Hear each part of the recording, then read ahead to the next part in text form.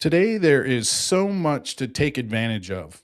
It's a wonder how some things continue to hang on for dear life, like the need for power. 24 members of Congress are 80 years old or older, and more than half are running for re election. That's a ridiculous precedent. Even still, when policy or politicians show they no longer serve the best interest of the people, why then do voters continue to put them in office where they do more harm than good? It would seem that old way of thinking from the mind of the voter still believes doing something new and out of the ordinary just isn't in the cards. Joining in to talk about it today comes another candidate for governor in Oregon next on Redline Live.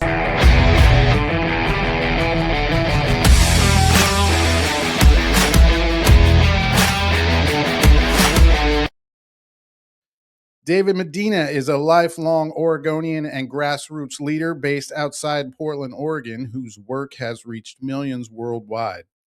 He is running for governor of Oregon in 2026 and is asking for your support to reclaim the state from radical left one party rule. Welcome to the show, David Medina. Hey Joe, how are you, man? Doing great, brother. Hey, so it was good to see you the other night, by the way. It's good to see you the other night. Thank you for coming. Oh yeah, man. That was a great little venue. I loved it. Yeah. So I watched that gubernatorial debate over there in Coos Bay last night, and it was awesome to me. Like right off the bat, you kicked it off and stole the limelight from Ed Deal. It was just, to me, that was amazing. So for you, how do you think you rated last night? And what was the response from the crowd afterwards and before? Yeah, man. Well, thanks for having me on. It was fun. It didn't seem like a debate. It was more of a forum. I was trying to debate, and I got kind of like shut down every time. And the other candidates, specifically Ed, didn't seem interested in debating. So it seemed more of like a forum. So I hope the next debate, I think that's on April 2nd. I hope they let us debate a little bit more, because I had a lot more I wanted to ask Ed. Man, I got to tell you, man, I just the crowd was great. By the way, everybody was great. Coos County is like, it's Patriot County, so. There's a lot of people that came up afterwards and, said hi and taking pictures. It was great. But I got to say, man, I'm like, I know I'm always warned about it when I've worked on other political campaigns in Oregon, but they said, man, those Republicans can get nasty, David. When you run for office, it's a whole new ball game. And I'm like, dude, this is so, because, my work before in Oregon, it was like all the conservatives and Republicans are behind you, And now it's like, man, some people can get really nasty. And I'm not going to call out certain camps, but we all know. But people get nasty, man. And I hope that at the end of this, I don't hold hard feelings against anybody. I want to have, I want to unite on May 20th and beat the Democrats in November, no matter who it is that wins. But man, some people are just straight up dishonest, and it's kind of disheartening. So I hope that we can all come together and actually speak truth. I know we're all for our candidates, but man, let's be nicer to each other, So anyways. Right. Yeah. Like one of the things I noticed, and it seemed kind of petty to me, is like my fiance and I were sitting here lighting up the chat in YouTube there, and a lot of people were like going after you because you were on your phone, and it seemed obvious to me that you were using your phone for notes and stuff. And they knew it too. They knew it too. Do you get that negative response afterwards? Like, what are you doing on your phone over there, brother? Yeah, so everybody knows what I was doing. They know I'm a millennial. I'm on my phone, using my phone for notes. I got all kinds of different pages of notes. I wasn't on there fidgeting on X or Instagram. People they know that, and they're looking for anything. And this is what I'm talking about. Like, there's like, if you're gonna like attack me like with ground-based evidence. Attack me for call me inexperienced. That's fine. Political experience, whatever you want to do. But when people are starting to be dishonest about things like that, that's kind of the things that I'm like, man, some of these Republicans are no better than the left. They really, I hate saying that. It's like, I know you're excited about your candidate and you want your candidate to win, but we got to stay grounded in truth no matter what. I mean, I have a lot of things that have been thrown my way about Ed Deal and about Christine Drazan, about all these people. But a lot of them were not factual. So I'm not going to run with them, and just because it makes them look bad. And so a lot of these people are just like, you're on your phone. I'm like, dude, I was using those for my notes. So for next time, just so there's no confusion, I'll use a pen and paper. But it was obvious, and they knew that. This is just what I'm talking about, though. People knew that I was using that for notes, but they wanted to say I was fidgeting anyways, because it's like, oh, we can make him look young and inexperienced and like he doesn't care. So let's accuse him of fidgeting on his phone. It's just so dishonest, man. I wish we could just come on, man. Come on, people. Let's be a little bit more honest about it, right? We all knew what I was doing. Yeah, and one of the things that I saw pop up in social media today was the fact that Ed Deal has only like a 64% conservative rating, right? And you think about the fact that a lot of people don't know that. I think that's the kind of information, especially as Yeah. voters, that we need to know. And like Drazan is 67%. How do you feel that you rate? I know that you don't have the experience, you haven't had the voting record because you actually haven't been in office, but Yeah. where do you think you would stand on that? Well, I mean, here's the thing. I'm not a politician. I am not ever going to be beholden to special interests or lobbyists. I'm always going to answer to the people I represent. In this case, being governor, the people of Oregon. That's who I'll represent. That's who I'll answer to. There's a lot of big checks that I've turned down in this race because it came with strings. And I was like, if I take this money, I may win the race, but I'm going to be no better. I'm going to have people controlling me, and I'm not going to be any better than the people. The reason why I'm running, and so um, with Ed Deal and Christine Drazan, all my opponents, it's like, well, first of all, I would rank, obviously I would have like an A score. I'd be like in the 90%, 100%, whatever. Because I would never vote for anything. If I was a legislator, I would never vote for anything that put Oregonians last, even if there was a little tiny provision or a little tiny rule in there that funded something that didn't put Oregonians first. I would stand against it. And that's probably why they've never asked me. I have never been asked by Republicans anywhere in Oregon to run for anything, because they know how I would vote. But yeah, I mean, we have to be truthful. Like I had a lot of, we did some every candidate does opposition research on their opponents.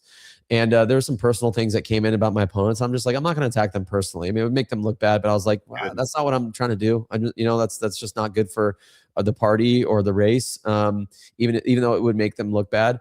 But I do want to focus on the voting record, and the voting record of Ed Deal and Christine Drazan needs to be looked into. And I'll tell you, it's kind of ironic that Ed Deal is running on the no tax guy, which me and my team helped him pump the energy into that. But he's voted for taxes increases with the Democrats, and he lied about it on on the debate. He said that that wasn't part of the bill. It absolutely was part of the bill, and he didn't put any provisions in there or protections. He just voted straight with the Democrats and voted against his own party to vote with the Democrats because he's in it with the hospital unions and all the other big donors that control him. But he voted for that paddleboard. The new fee for paddleboards and for canoes to be considered boats. You need license now to take a raft on the river. He voted for that. He voted for a lot of other things that people need to look into. And those are the things we need to focus on, because if he's going to be if he's going to legislate like that, he's going to govern like that. It's a uniparty. And this is why I hate saying that, but it is with a lot of these people. It's a uniparty, and we're tired of it, and our state is paying for it. And that's why I threw my hat in the race, because I'm just tired of our state suffering at the hands of politics.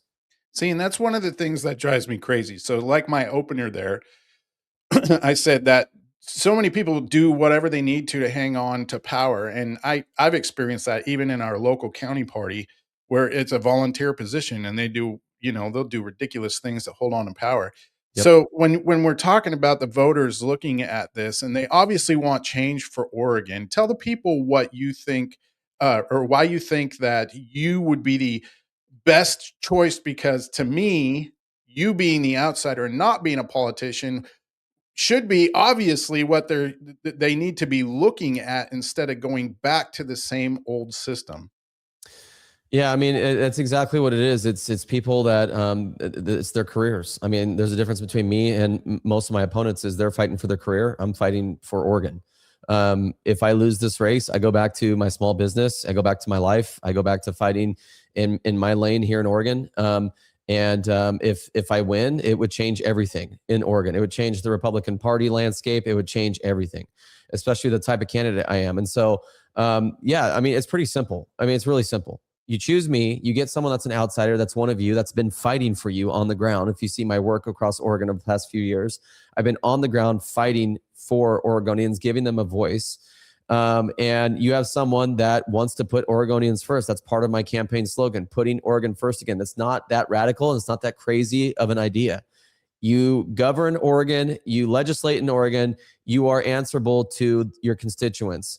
And that does not include non-citizens. That does not include illegal aliens that aren't citizens here. If we allow illegal aliens to just continue to come over here and live off of our tax dollars and of our system, we don't have a country. We don't have an identity. So it's not about like compassion. I am compassionate against people that want to come here for a better life, but we have a system. We have a process that you have to go through, and I'm all for making that process easier. I'm all for making that process if we need to be. But the thing is, we have so many problems here in Oregon that we should be focused on those problems and not not everybody else under the sun, including big donors, special interests, corporations, and illegal aliens. I mean, I spoke to a veteran here in Oregon that fought for us in Iraq, in Coos Bay. I talked to him and he said, I haven't seen a doctor in 3 years. I mean, the way that we're treating our veterans is despicable. So it's pretty simple. You pick my other opponents. You're getting politics as usual. You're getting opponents that have voted with Democrats on some of these policies.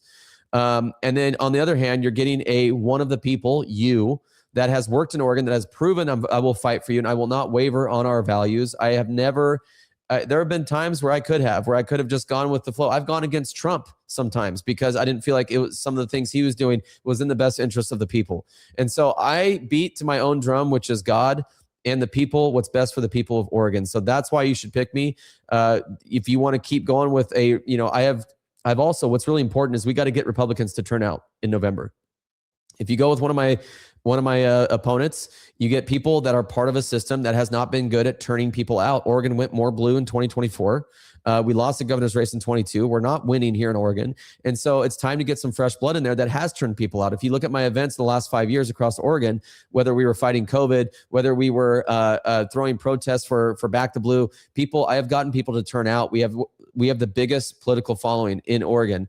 That's because people believe in our message of strength, of no nonsense. And we talk about politics, but we don't play politics. So it's our 2016 moment here in Oregon, Joe. And I think it's about time that you put someone in there that's one of you that will disrupt this corrupt system.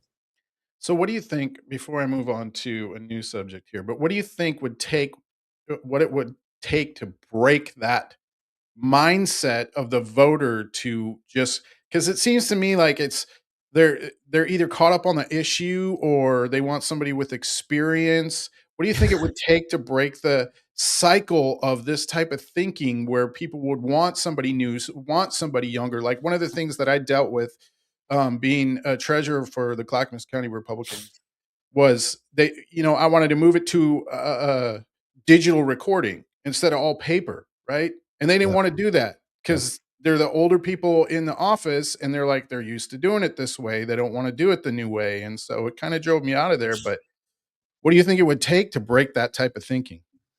You know, what it's going to take is people just waking up, doing their research and looking at the history of politics in Oregon. I mean, looking at how the Democrats have had their way over the past 4 decades and how we've gone more blue in 24.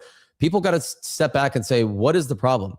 It's because we keep falling in love with whatever Salem throws, the Salem politicians throw in front of us. Oh, look at it. This one's the hero this time. This one's the hero this time. Okay, go look at their voting record. Go look at what they voted with. Go look at who's giving them money.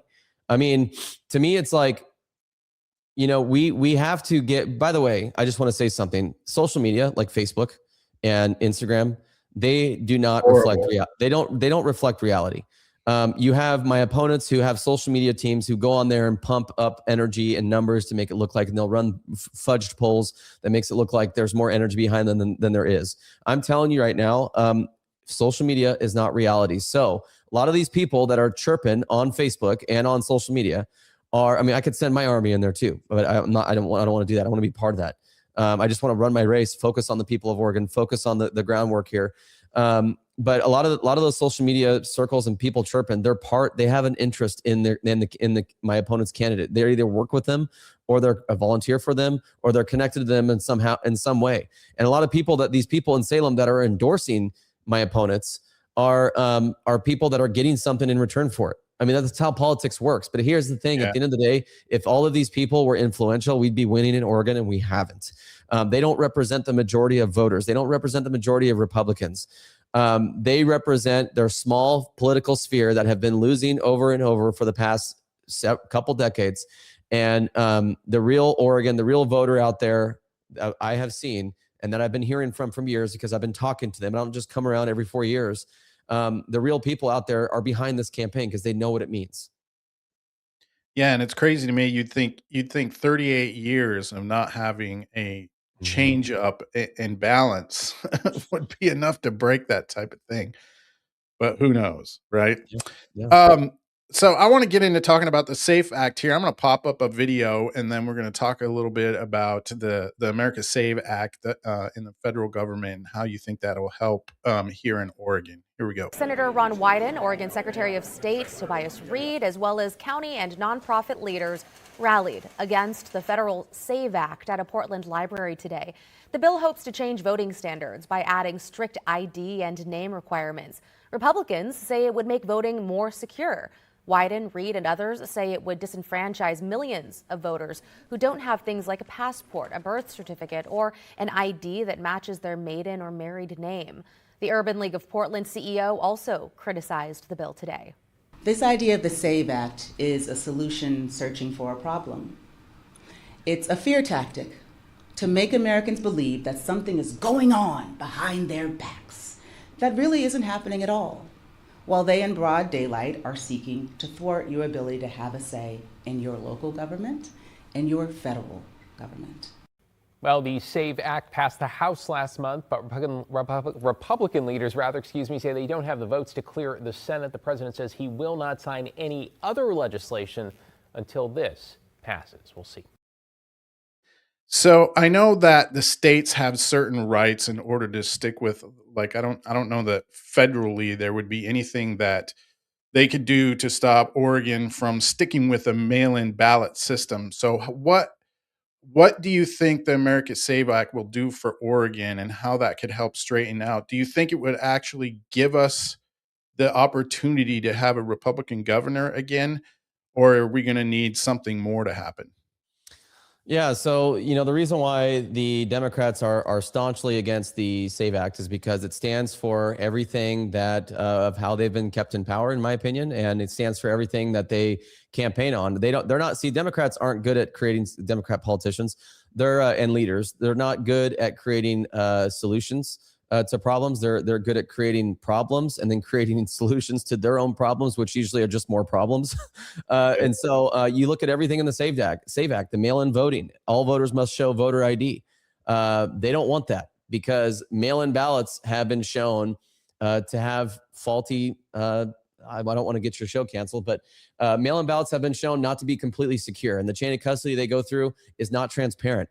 There's no, ballots can just be, people can just vote. And we've actually seen across America, Nick Shirley showed that a guy had registered his dog to vote. We saw that dead people were voting. We saw that Oregon had 800,000 ineligible voters that were cleaned from the voter rolls that we've been asking to have done for years. Yeah. And so, other things that no men and women's sports, transgender mutilation for minors, all voters must show proof of citizenship in order to vote. I mean, you just leave it to the Democrat leaders in America to be against all that because they're benefiting off of it. And they have nothing else no track record, especially here in Oregon. They have no track record of success to run on. So they have to default to, we're the party of compassion. They're coming after women's rights. They're coming after transgender and transgender youth. They're coming after our election system. And these are the same people who have no interest at all in securing our elections or making them more transparent. The same people that were arguing against mail-in ballots, mail-in voting systems back in the early 2000s and 90s. And so I think that there is a supremacy clause with the U.S. Constitution that overrides states in some areas, and so some of this stuff would be something that they would have to. But I mean, they don't. The Democrats don't follow the law anyway. You saw how President Trump passed the executive order to stop men and women's sports, and Oregon did it anyways and called President Trump's bluff, and nothing was happening. He hasn't defunded Oregon yet. And so who knows? You never know if this is what it means for Oregon, because the Democrats don't follow the laws. They don't follow the Constitution. They attack our law enforcement. And so it's constantly. And then at the end of the day, they tell everybody they're the ones defending democracy and trying to save our country. And they're trying to save people they want people to vote, and they want people to come out and vote. And the SAVE Act is stopping people from doing that. It's just, these people like Lars Larson says, if they didn't have double standards, they wouldn't have any standards at all. So Yeah, it seems to me that we would actually have to have that passed by Congress for it to be um, mhm. solidified, for it to have an effect here, because I think I mean, that would make sure that we get rid of the things that we need to get rid of here. But I know one of the things that we looked at in the past is the fact that, we got this 20% gap. So if you look at the Drazan um, Mhm. race last time, she was what, 11,000 votes. So I think that's like 20% off. Do you think that, but if this can't get passed through Congress, do you think that it would still eliminate the illegal vote and continue to make a level playing field here in Oregon? You mean just as far as the voting? Yeah. Yeah, I mean, here's the thing: is the Democrats have shown, especially the Oregon Democrats have shown that even if the federal government passes something, or even if Congress passes something, that they will do anything they can to undermine it. I mean, do you see how they're not even married? The tax on tips and the bonus pay and everything that Trump wants to do with the federal code. They want to divorce Oregon from the federal code. It's just instances like that. They're going to do anything they can to undermine everything President Trump does or the Republican-controlled Congress does. Yeah, I mean, to me, it's like, that's why I support the end vote by mail initiative. I don't even know why we're not looking at that more. The IP 28, or is it 37?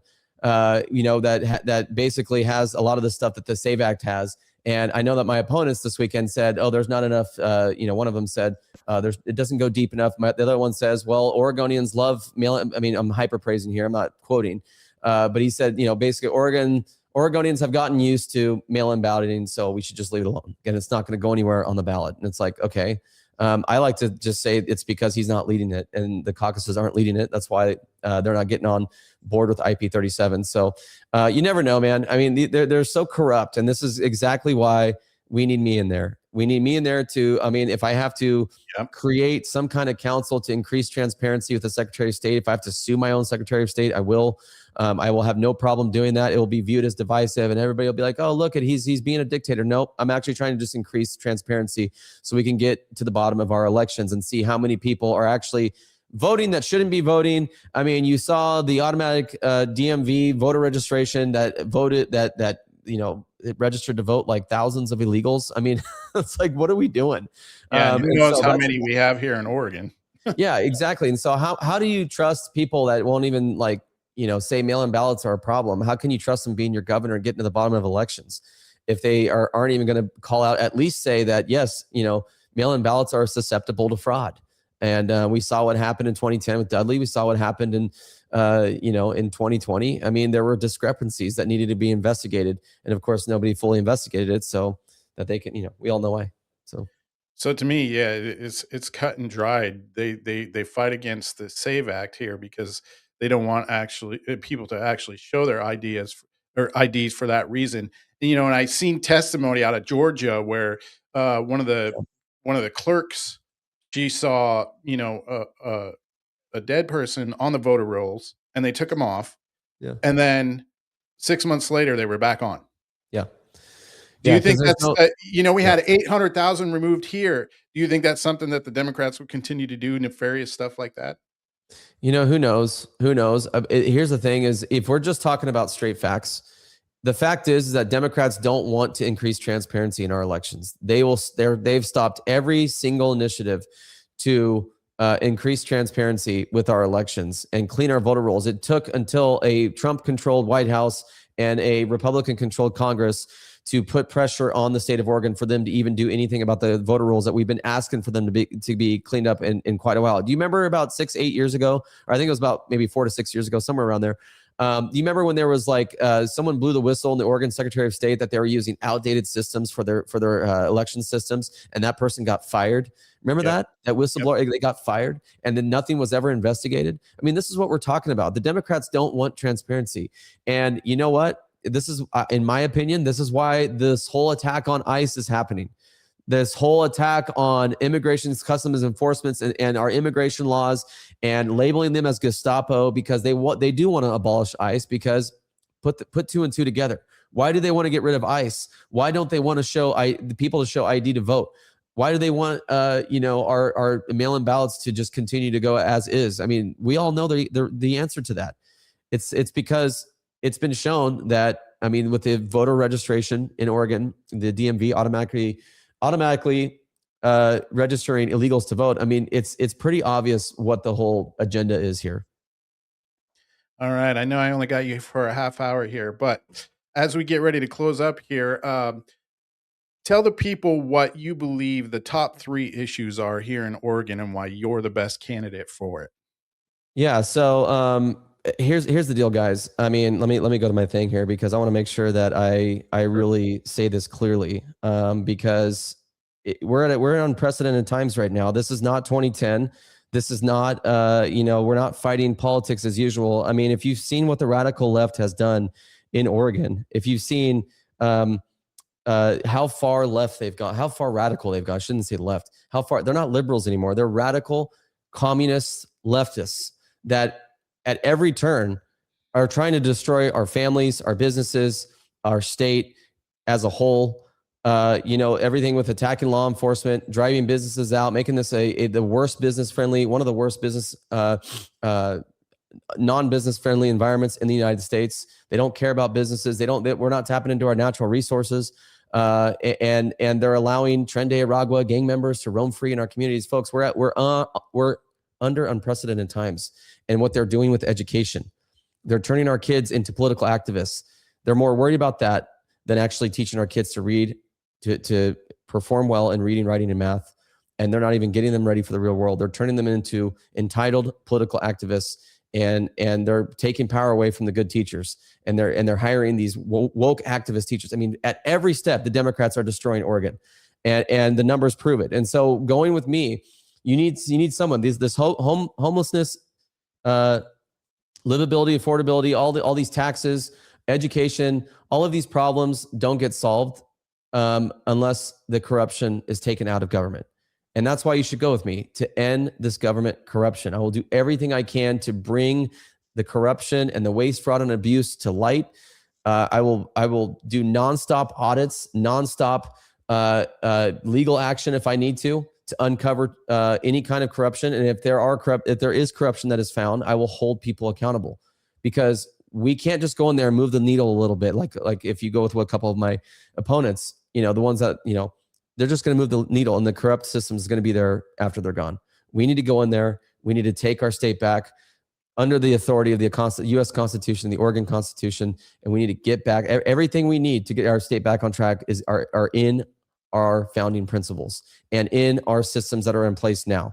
And so you go with me, you get an outsider that's already been doing the work, that's already been on the ground fighting for you, giving you guys a voice, helping Oregon go viral nationally to get more eyes on us. I would like to think that our work was part of why the Trump administration and Harmeet Dillon are more focused on Oregon than ever before, and the media. And so, you go with me. I want my top 3 priorities: end government corruption. Obviously, get our state back on track economically. We have to get businesses back here. We have to get people working again. We have to get manufacturing back here. We have to tap into our natural resources. We should be one of the richest states in the United States with our natural resources. We have a plethora of natural resources here in Oregon, our timber being one of them. Why aren't we tapping into timber?